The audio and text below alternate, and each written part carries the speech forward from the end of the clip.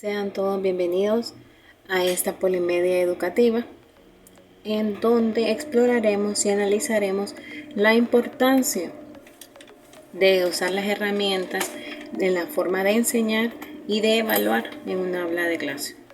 Además de esto, analizaremos cuántas son las ventajas y desventajas de esta. Sobre todo, cómo se pueden aplicar en una aula de clase. La polimedia es un recurso didáctico que nos permite utilizarla como herramienta de enseñanza y aparte simultarla con recursos digitales de nuestra nueva era, en el nuevo siglo XXI. Bien, yo les voy a hablar acerca de lo que es una rúbrica. Una rúbrica en la polimedia educativa es una guía de evaluación que contiene criterios específicos y niveles de desempeño. Esto ayuda tanto al docente como al estudiante a entender cómo será evaluado un trabajo, un proyecto o algo que le fue asignado. Las rúbricas pueden ser de forma analítica o pueden ser de forma holística.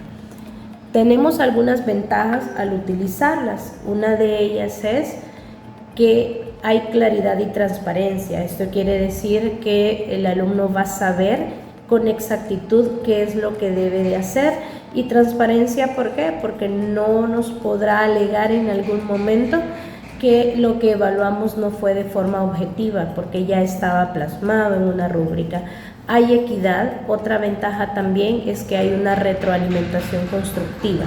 Al momento de aplicar la rúbrica, mi estudiante va a saber efectivamente que lo que yo le solicité es lo que debió haber hecho, pero si en algún momento no cumplió con algún ítem de esa rúbrica, va a haber una retroalimentación de una manera más constructiva y significativa para él.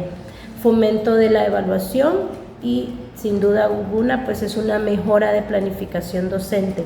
Nos va a facilitar de una u otra manera el trabajo al docente para poder implementar y que nuestro trabajo sea más eficaz al momento de tener que asignarle algo a uno de nuestros estudiantes. Pero también las rúbricas tienen algunas desventajas y es que diseñarlas lleva tiempo. Toma mucho tiempo porque va a depender del tipo de trabajo que usted va a asignar. Pueden ser rígidas hasta cierto punto porque no tienen ese modelo de ser más abiertas. Si usted indica un ítem que lo necesita de esa manera, lo vuelve rígido y el estudiante debe someterse a poder cumplir con él. ¿Requiere de capacitación? Claro que sí, porque una rúbrica sí debe tener ciertos requerimientos para que sea una rúbrica eficaz y se vuelve subjetiva parcialmente. Ahora, ¿cómo podemos aplicar las rúbricas? Primero, pues definimos los criterios de evaluación. Luego podemos establecer los niveles de logro y esos deben ser totalmente claros. Presentamos la rúbrica a los estudiantes antes de la tarea. Eso es un punto clave e importante. No podemos solamente mandar la rúbrica y que ellos la sigan, debemos explicárselas. Luego la vamos a utilizar para dar la retroalimentación, que esto nos va a servir una vez ya se haya ejecutado de repente el proyecto o tarea que asignamos. Cuando ya se ejecutó, pues yo lo utilizo como retroalimentación y yo lo tomo y le digo a mis estudiantes, ok, observen, estas fueron las sugerencias que yo les puse o esto fue lo que yo solicité y ustedes hicieron esto. ¿Y esto a qué me va a llevar? Pues me va a llevar a permitir la autoevaluación y la coevaluación entre mis estudiantes. Si fue un trabajo grupal, pues a una coevaluación, y si fue un trabajo individual, a que ellos puedan hacer una autoevaluación sobre su propio trabajo. De esta manera, pues vamos a poder dar paso a lo que es el proyecto, que a continuación mi compañero Gerardo va a poder explicarles un poco acerca de lo que es un proyecto y les brindará algunos ejemplos al respecto para que podamos poner en contexto ya lo que es la rúbrica y lo que se desprende de esta.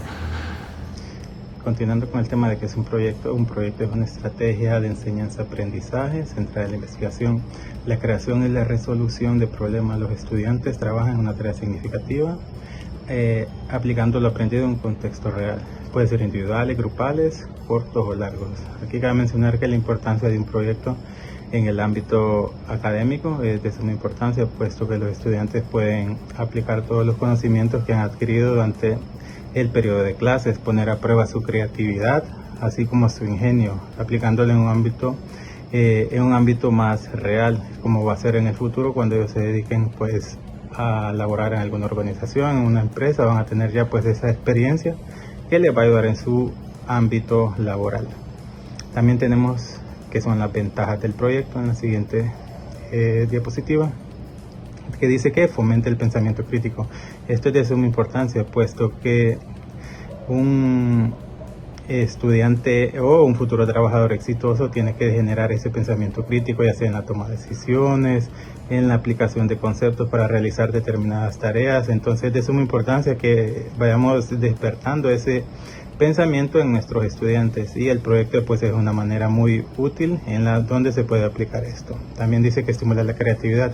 Cuando nosotros aplicamos un proyecto como trabajo de clase, aquí los estudiantes pues de alguna u otra manera tienen cierta libertad, ¿verdad?, de escoger qué proyecto van a realizar, y en base a ello van creando, ya sea primero en su mente, después lo plasman en papel, lo van escribiendo, van haciendo avances de proyecto y todo eso. Entonces paso a paso, aunque se quiera o no, pues ellos van despertando esa creatividad en ellos, ver qué aplican, cómo aplican, tienen ese conocimiento. Entonces es de suma importancia, ¿verdad?, para despertar eso, la creatividad.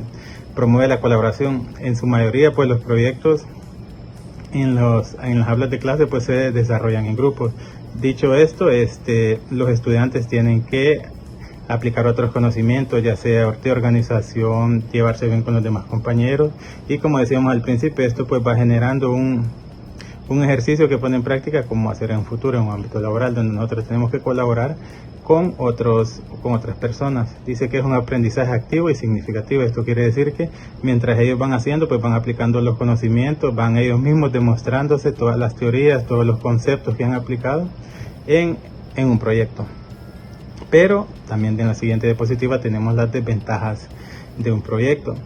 Dice que requiere planificación y tiempo. Como lo mencionamos anteriormente, por lo general cuando se aplica un proyecto en una clase, se deja en su mayoría de casos, pues desde la primera semana, desde las primeras asignaciones ya se establece que al final del periodo pues vamos a tener que presentar un proyecto, ya sea grupal, individual, como determine el catedrático, que es mejor para el aprendizaje de ello. Entonces sí requiere un tiempo, una planificación. Incluso hay proyectos que se tienen que comprar materiales, no es un proyecto como todo en línea, digamos, sino que se tiene que presentar un proyecto físico. Entonces sí se tiene que preparar con tiempo para poder cumplir con los objetivos.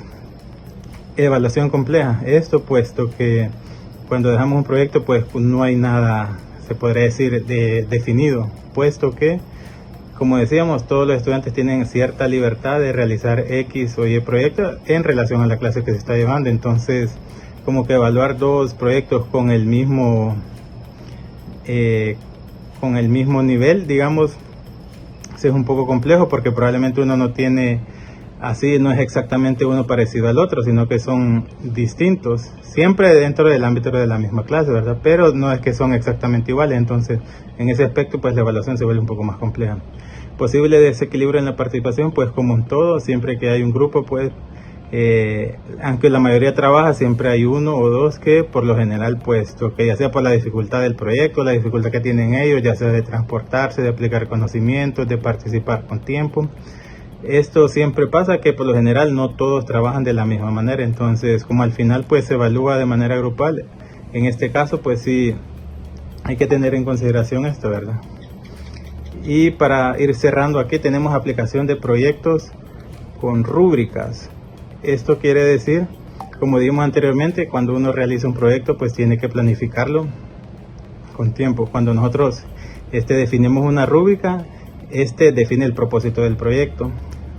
Ya dejamos ahí diseñadas tareas significativas, va acompañando con fases claras, diseña una rúbrica alineada y evalúa el proceso y resultado. Esto es lo que quiere decir que cuando nosotros aplicamos un proyecto tenemos que aplicar estos 5 conceptos para que a la manera pues de evaluarlo ya tengamos predefinido desde antes. Esto tenemos que presentárselo al alumno desde, como dijimos, desde la primera vez que les comentamos del proyecto, desde el primer día, la primera semana, tenemos nosotros que entregar una rúbrica, porque en base a esto es que nosotros vamos a calificar. Entonces aquí tenemos un ejemplo que nosotros decidimos poner, que en este caso el proyecto fue cuando realicé la práctica profesional de ingeniería electrónica. Tenemos un proyecto de automatización de máquinas cerradoras de bandas y tenemos con la rúbrica con un valor de 25 puntos. Entonces en este caso tenemos el primer criterio que tenemos es diagnóstico técnico del problema, como descripción, análisis del funcionamiento previo, justificación y necesidad de la automatización.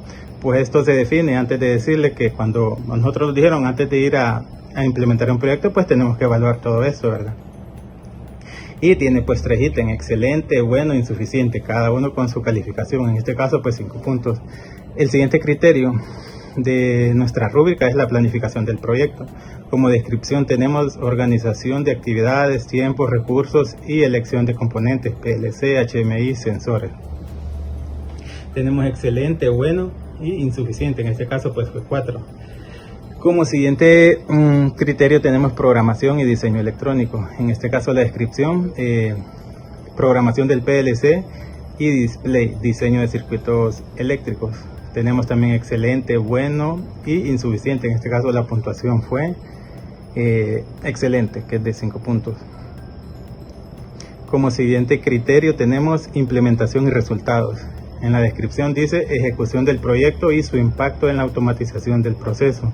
Pues en este caso es una vez que nosotros finalizamos el proyecto, pues se realizó un informe detallado, cuál fue el impacto, qué fue lo que generó en la organización, y tenemos también los 3 posibles puntajes, que es excelente, bueno, insuficiente. En este caso pues fue excelente.